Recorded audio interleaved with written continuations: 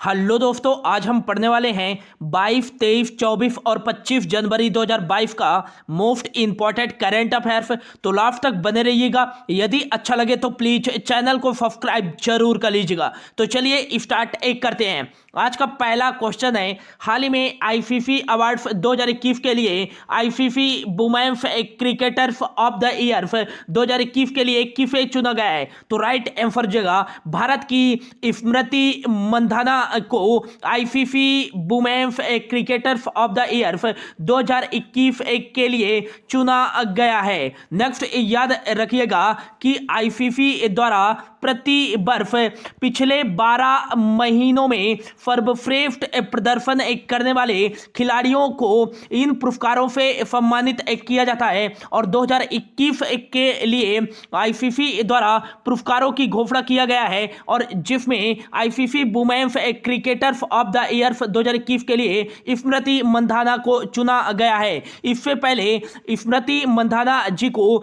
2018 में भी ICC women's cricketers of the year के लिए चुना गया था और अब दूसरी बार 2021 में चुना गया है और साथ ही साथ 2 बार ICC women's cricketers of the year के लिए चुने जाने वाली भारत की पहली महिला क्रिकेटर कौन बन गई है? स्मृति मंधाना बन गई है। यदि पूछा जाए कि ICC women's cricketers of the year के लिए चुनी जाने वाली पहली भारतीय महिला खिलाड़ी कौन है? तो ये है झूलन गोस्वामी। ये भी याद रखिएगा। हाल ही में आईसीसी 2021 के लिए अवार्ड की घोषणा की है, तो उसमें से कौन सा अवार्ड किसको दिया गया है? ICC men's cricketers of the year 2021 के लिए चुना गया है फाहीन अफरीदी को, जो कि पाकिस्तान के लिए खेलते हैं, और ICC men's test cricketer of the year के लिए चुना गया है इंग्लैंड के एक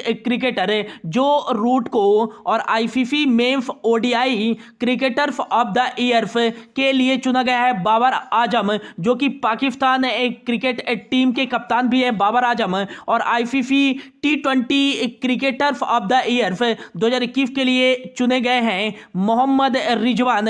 ये भी पाकिस्तान के लिए खेलते हैं, और ICC mains emerging cricketers of the year 2021 के लिए चुना गया है जनमन मलान को, जो कि साउथ अफ्रीका के लिए खेलते हैं, और ICC mains associate cricketers of the year के लिए चुना गया है जिफान मकसूद को, जो कि ओमान के एक क्रिकेटर हैं। वहीं वुमेन्स में देखें तो ICC women's cricket of the year के रूप में स्मृति मंधाना को चुना गया है, जो कि भारत के एक महिला क्रिकेटर हैं, और ICC women's ODI cricketers of the year के लिए चुना गया है लिजेल ली को चुना गया है, जो कि एक ऑस्ट्रेलिया के लिए खेलते हैं, और आईसीसी वुमेन्स टी20 क्रिकेटर्स ऑफ द ईयर के लिए चुना गया है टैमी ब्यूमोट को, जो कि किसके लिए खेलते हैं? तो ये इंग्लैंड के लिए खेलते हैं, और ICC women's emerging cricketers of the year के लिए चुना गया फातिमा खान को, जो कि किसके लिए खेलते हैं? पाकिस्तान के महिला क्रिकेटर टीम के हिस्सा हैं, और ICC women's associate cricketers of the year के लिए चुना गया है एड्रिया मे को, जो कि ऑस्ट्रेलिया के लिए एक खेलते हैं। तो इतना याद रखिएगा आईसीसी अवार्ड्स के बारे में। यह जो अवार्ड्स है यह प्रदान किया गया है आईसीसी के द्वारा, इंटरनेशनल क्रिकेट काउंसिल के द्वारा। और नेक्स्ट याद रखिएगा कि इसके वर्तमान में जो चेयरमैन हैं वो ग्रेग बार्कले हैं, और वर्तमान में इसके सीईओ हैं जॉफ एलार्डिफ, और दुबई यूएई में इसका हेडक्वार्टर स्थित है। ये भी याद रखिएगा, और इसकी स्थापना 1909 में की गई थी। अगला क्वेश्चन है, हाल ही में किस राज्य सरकार ने अपना कांगड़ा ऐप लॉन्च किया है? तो राइट आंसर जगह हाल ही में हिमाचल प्रदेश राज्य के मुख्यमंत्री जयराम ठाकुर जी के द्वारा पर्यटन के माध्यम से स्थानीय हस्तशिल्प को बढ़ावा देने के लिए अपना कांगड़ा ऐप लॉन्च किया गया है हिमाचल प्रदेश के मुख्यमंत्री जयराम ठाकुर के द्वारा। और हिमाचल प्रदेश की 2 राजधानियां हैं, एक जो है वो है शिमला, और शिमला यहाँ की ग्रीष्म ग्रीष्मकालीन राजधानी है और दूसरी राजधानी है यहाँ की धर्मशाला, और धर्मशाला यहाँ की जो है शीतकालीन राजधानी है। यहाँ के मुख्यमंत्री हैं जयराम ठाकुर और यहाँ के राज्यपाल हैं राजेंद्र विश्वनाथ, ये भी याद रखिएगा। नेक्स्ट याद रखिएगा कि 120403 यहाँ का DLR नंबर है। 12 डिस्ट्रिक्ट है, 4 लोकसभा की सीटें, 3 राज्यसभा की सीटें हैं और यहाँ का जो विधानमंडल है एक सदनी है, केवल विधानसभा की सीटें हैं और 68 यहाँ विधानसभा की सीटें हैं। नेक्स्ट याद रखिएगा कि रेणुका झील कहाँ स्थित है, तो ये हिमाचल प्रदेश में ही स्थित है। और हाल ही में हिमाचल प्रदेश राज्य सरकार ने मवेशियों को चिकित्सा सेवा उपलब्ध कराने के लिए मुख्यमंत्री हिम केयर योजना की शुरुआत की है और वयस्क आबादी का कोविड-19 का 100% टीकाकरण करने वाला दोनों डोजों का जो है पहला भारतीय राज्य कौन सा बना है, तो ये हिमाचल प्रदेश ही बना है। विश्व का सबसे ऊंचा इलेक्ट्रिक व्हीकल चार्जिंग स्टेशन कहां स्थापित किया गया है, तो ये हिमाचल प्रदेश के काजा में स्थापित किया गया है।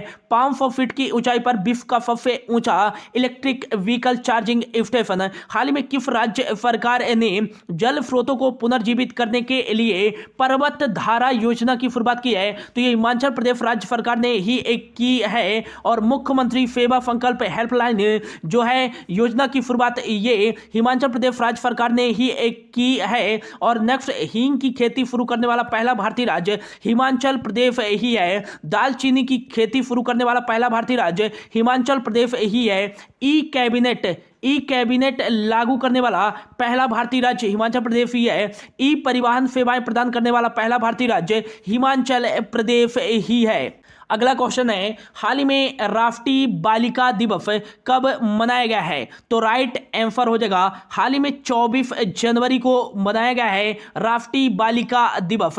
पहली बार यह बनाया गया था 2008 में महिला एवं बाल विकास मंत्रालय के द्वारा। यह हर वर्ष 24 जनवरी को राष्ट्रीय बालिका दिवस मनाया जाता है। नेक्स्ट, इसके बनाए जाने का जो उद्देश्य है, राष्ट्रीय स्तर पर जो बालिकाएं हैं उनके अधिकारों के बारे में जागरूकता फैलाने के लिए प्रतिवर्ष 24 जनवरी को बनाया जाता है राष्ट्रीय बालिका दिवस।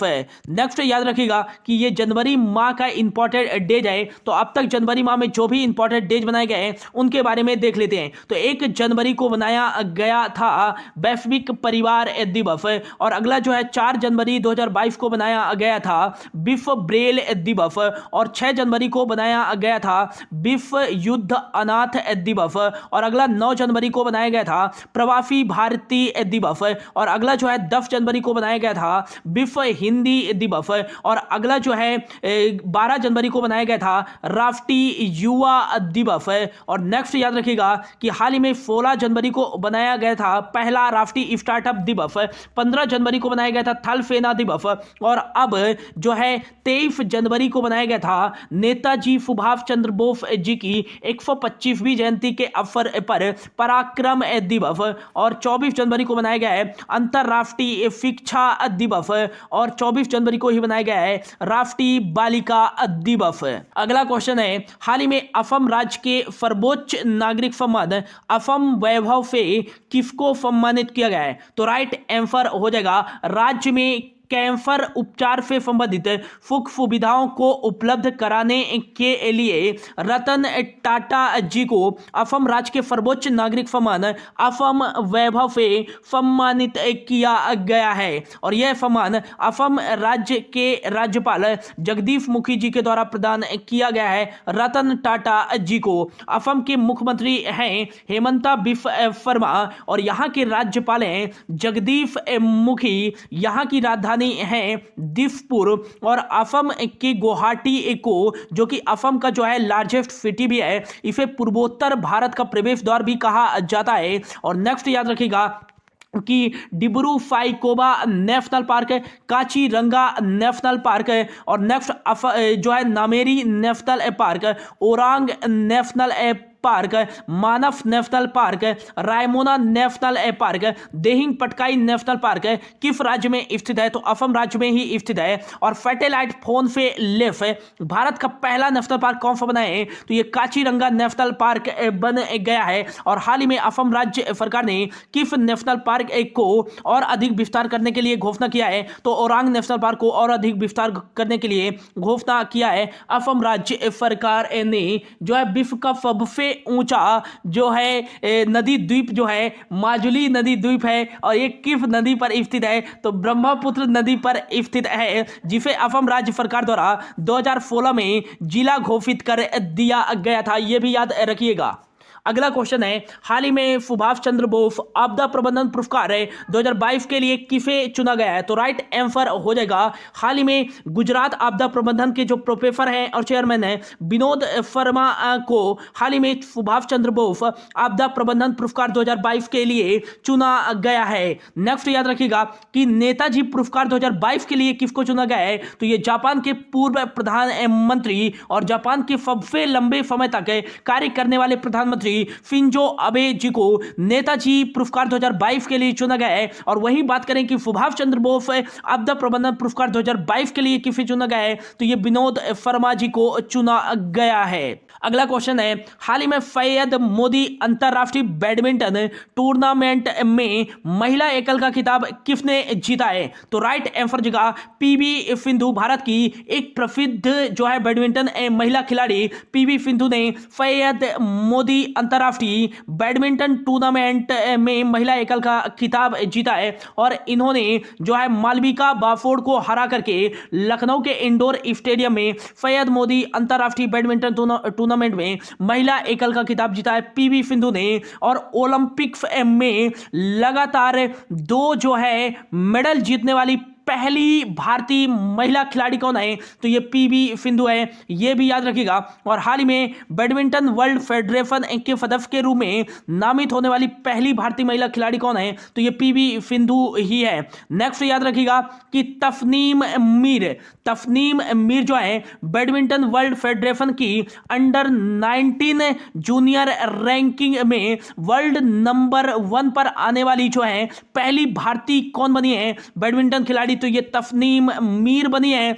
Kidambi Srikanth badminton world federation में जो है कांस्य पदक जीतने वाले पहले भारतीय खिलाड़ी कौन बने हैं? तो ये बने के श्रीकांत। अगला जो है बैडमिंटन वर्ल्ड फेडरेशन का हेडक्वार्टर कहाँ स्थित है? तो बैडमिंटन वर्ल्ड फेडरेशन का हेडक्वार्टर है कुआलालंपुर, मलेशिया में 1934 में इसकी स्थापना की गई थी। और पॉल एरिक जो है इसके अध्यक्ष हैं बैडमिंटन वर्ल्ड फेडरेशन के। अगला क्वेश्चन है, हाल ही में 20वें ढाका अंतर्राष्ट्रीय फिल्म महोत्सव में किस भारतीय फिल्म ने सर्वश्रेष्ठ फिल्म का पुरस्कार जीता है? तो राइट आंसर जगह भारतीय फिल्म कुंजगल ने एशियन फिल्म प्रतियोगिता में जो है सर्वश्रेष्ठ फिल्म का पुरस्कार जीता है 20वें ढाका अंतर्राष्ट्रीय फिल्म महोत्सव में। यह भी याद रखिएगा।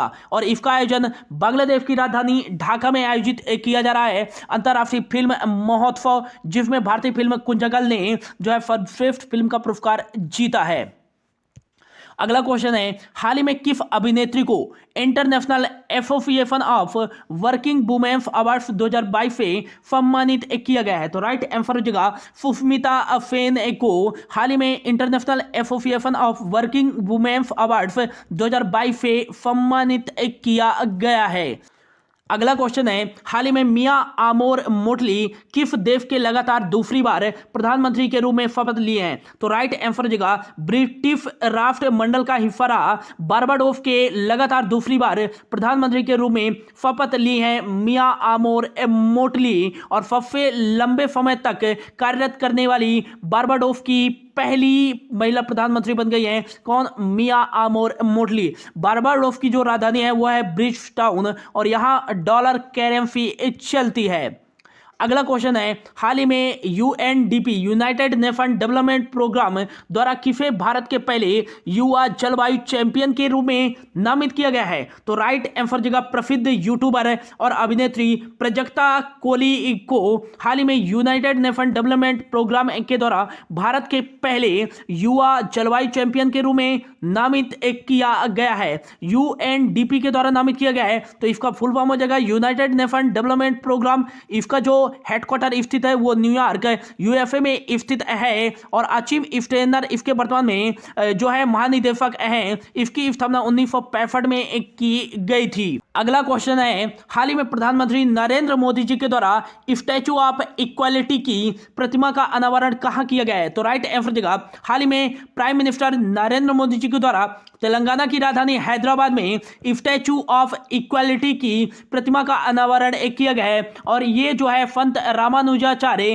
की प्रतिमा है, जिसको 1000 करोड़ रुपए की लागत से बनाया गया है और इसकी जो ऊंचाई है 216 फीट है, जिसका अनावरण या उद्घाटन करेंगे 5 फरवरी 2022 को प्राइम मिनिस्टर नरेंद्र मोदी जी के द्वारा हैदराबाद में। और यह दुनिया की सबसे ऊंची दूसरी प्रतिमा है, जो बैठे हुए ऊंची प्रतिमा है दुनिया की दूसरी, और सबसे ऊंची जो है बैठे हुए दुनिया की सबसे ऊंची प्रतिमा कौन सी हो जाएगी? तो वो हो जाएगी महात्मा बुद्ध जी की, जो कि कहाँ है? थाईलैंड में स्थित है। बैठे हुए दुनिया की सबसे ऊंची प्रतिमा और बैठे हुए दुनिया की दूसरी सबसे ऊंची प्रतिमा कौन सी है? तो ये है स्टैचू ऑफ इक्वालिटी, जो कि हैदराबाद में बनाया गया है 216 फीट की ऊंचाई पर, जिसका उद्घाटन किया जाएगा प्राइम मिनिस्टर नरेंद्र मोदी जी के द्वारा।